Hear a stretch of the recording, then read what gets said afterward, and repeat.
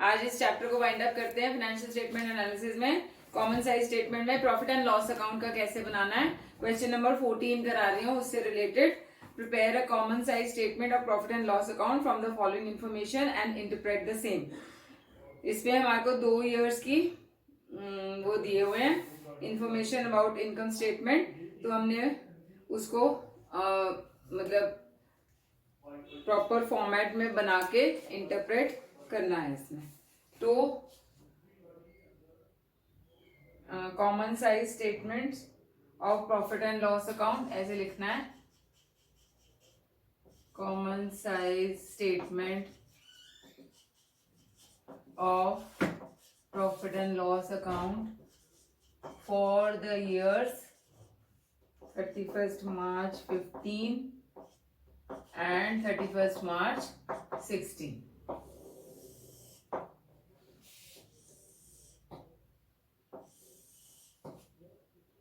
31st March 15 का लेते हैं, 31st March 16 का ले लेते हैं।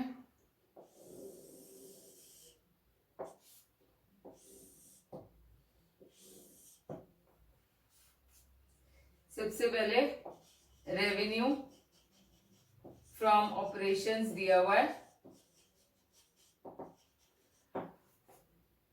2 lakhs और 2,50,000। तो हम क्या करते हैं इसमें P&L अकाउंट में या आपका इनकम स्टेटमेंट में जो सेल्स है उसको 100 लेकर चलते हैं। तो ये 100 ले लेंगे दोनों ईयर्स में, minus cost of material consumed 1,40,000 और 1,70,000 है।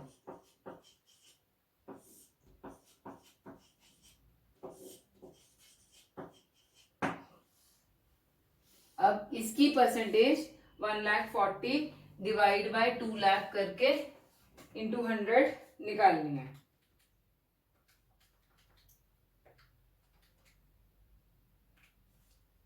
सेवेंटी % ये आ रही है, यहाँ पे परसेंटेज लिखना है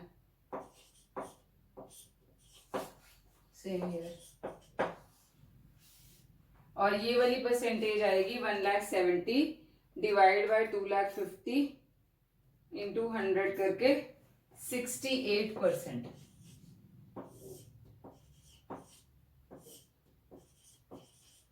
ये हमारा ग्रॉस प्रॉफिट आ जाता है।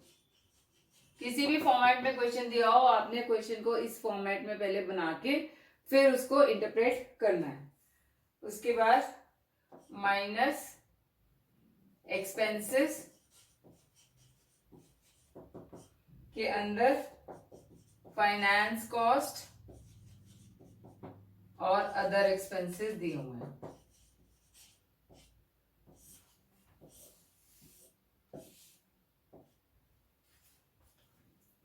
फाइनेंस कॉस्ट है 16 and 20,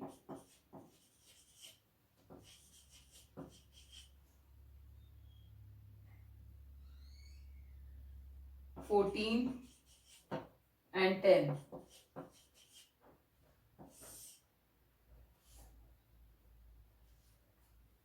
30,000 ये रह गया,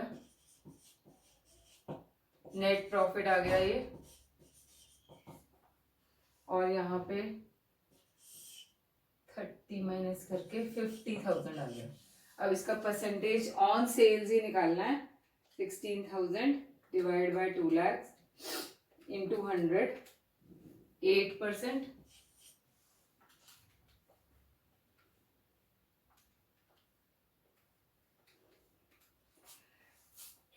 एक्सक्यूज,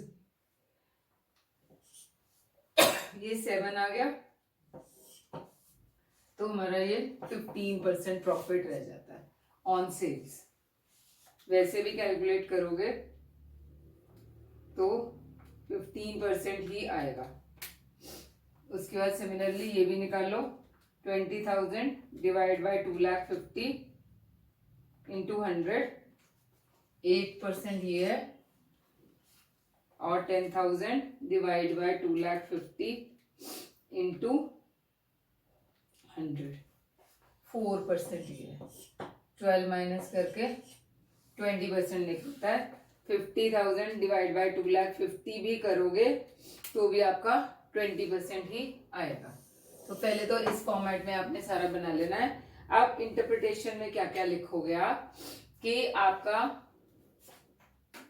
जो कॉस्ट ऑफ गुड्स सोल्ड है या रॉ मटेरियल कंज्यूम्ड है वो आपका डिक्रीज हुआ है दोनों सालों से, मतलब कंपेयर टू 2015 2016 में cost of material consumed decrease हुआ है परसेंटेज में, जबकि सेल्स जो है या रेवेन्यू है वो इंक्रीज हुई है।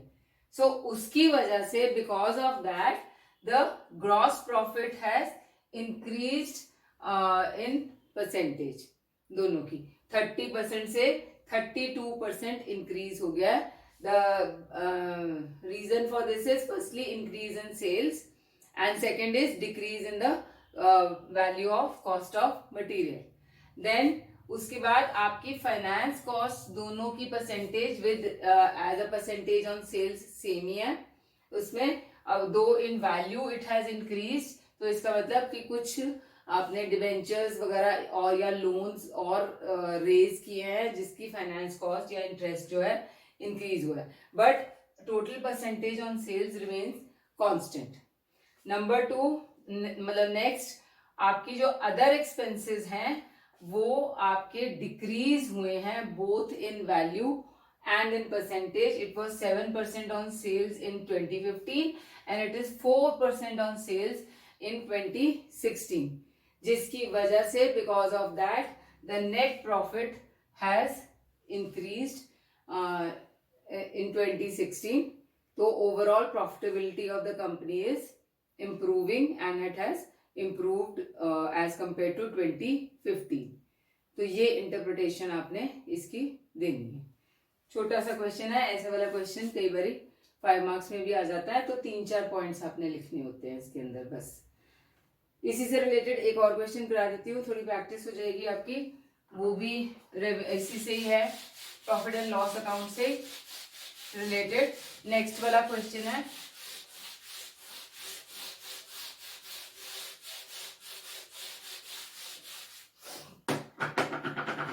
क्वेश्चन नंबर 15 है, from the following information prepare common size statement of profit and loss for the year.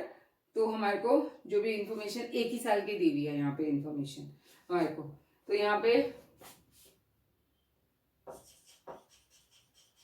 Common size statement of profit and loss account for the year ended 31st March 2017। Revenue हमें दिया हुआ है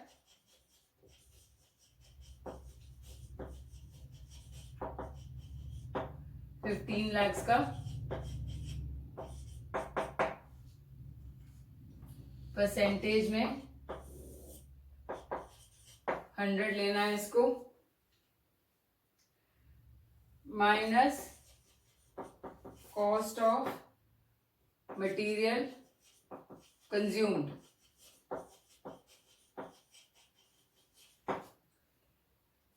ये हमें दिया हुआ है 10,25,000।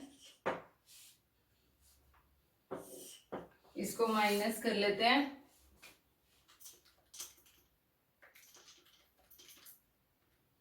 4,75,000 हमारा जीपी आ गया।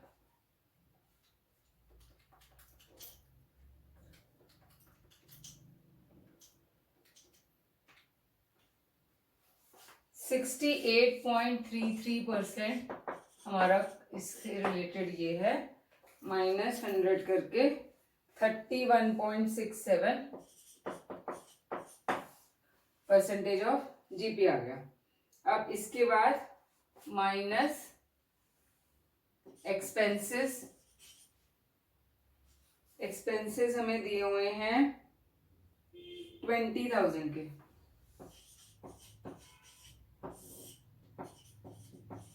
4,55,000 हो गया. 20,000 डिवाइड बाय 15 lakhs इंटू 100 करके 1.33% है एक्सपेंसेस. माइनस करो इसको 30.34 रह गया प्लस अदर इनकम.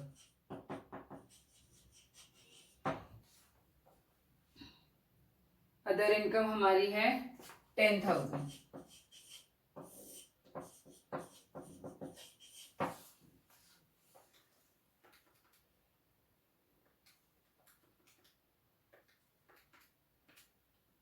.67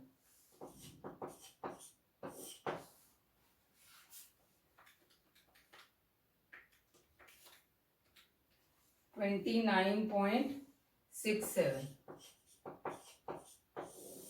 ये हमारा नेट प्रॉफिट आ जाता है.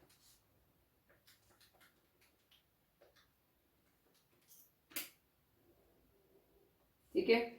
तो अब इसकी इंटरप्रिटेशन. अच्छा अभी टैक्स भी दिया हुआ है हमारे को. ये नेट प्रॉफिट बिफोर टैक्स है.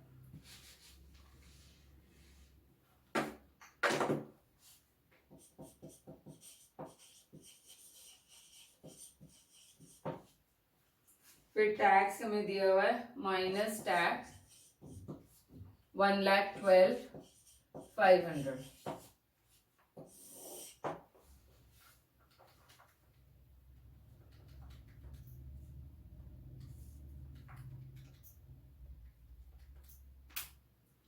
.5% आ जाता है.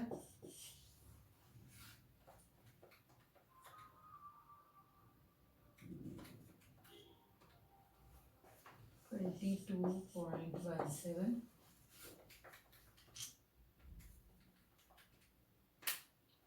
3,525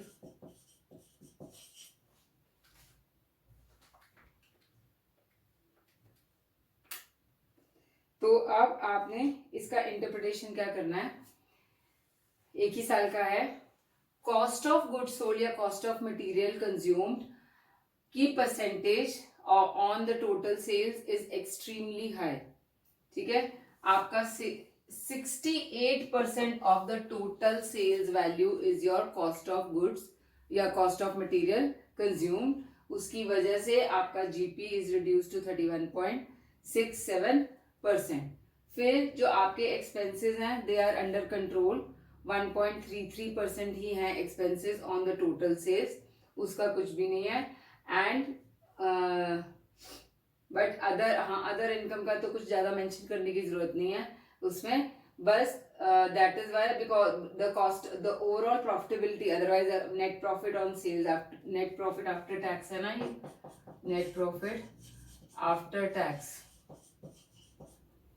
आफ्टर टैक्स जो है आपका नेट प्रॉफिट वो percentage of net profit on sales is quite satisfactory. The only thing is cost of material consumed needs to be controlled. ठीक है. So to increase the profitability in the further years. तो ये 2-3 points आपने इसके ऐसे ही लिखने हैं. तो अब आपका जो नेक्स्ट क्वेश्चन है क्वेश्चन नंबर 16 वो आपका होमवर्क है.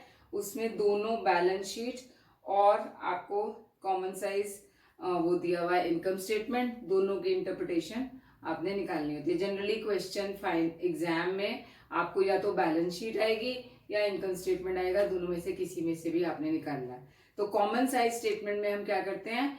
अगर एसेट्स हैं या आपकी बैलेंस शीट है तो उसका टोटल 100 ले लेना है और सारों का परसेंटेज निकालना है. अगर इनकम स्टेटमेंट है तो सेल्स को 100 ले लेना है और बाकी सबका percentage in relation to sales निकालना है.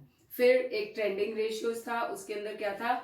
एक साल को बेस ईयर लेते हैं और उसकी बाकी सालों की परसेंटेज उसके उस बेस ईयर की बेसिस पे निकालते हैं और देखते हैं कि इंक्रीज है या डिक्रीज है. और सबसे पहला मेथड हमने किया था कंपैरेटिव मेथड. कंपैरेटिव में 2 साल की आपको बैलेंस शीट या इनकम स्टेटमेंट दी होती है और आपने उसका परसेंटेज इंक्रीज या डिक्रीज निकालना होता है. तो ज्यादा कुछ टेक्निकल नहीं है इस चैप्टर में.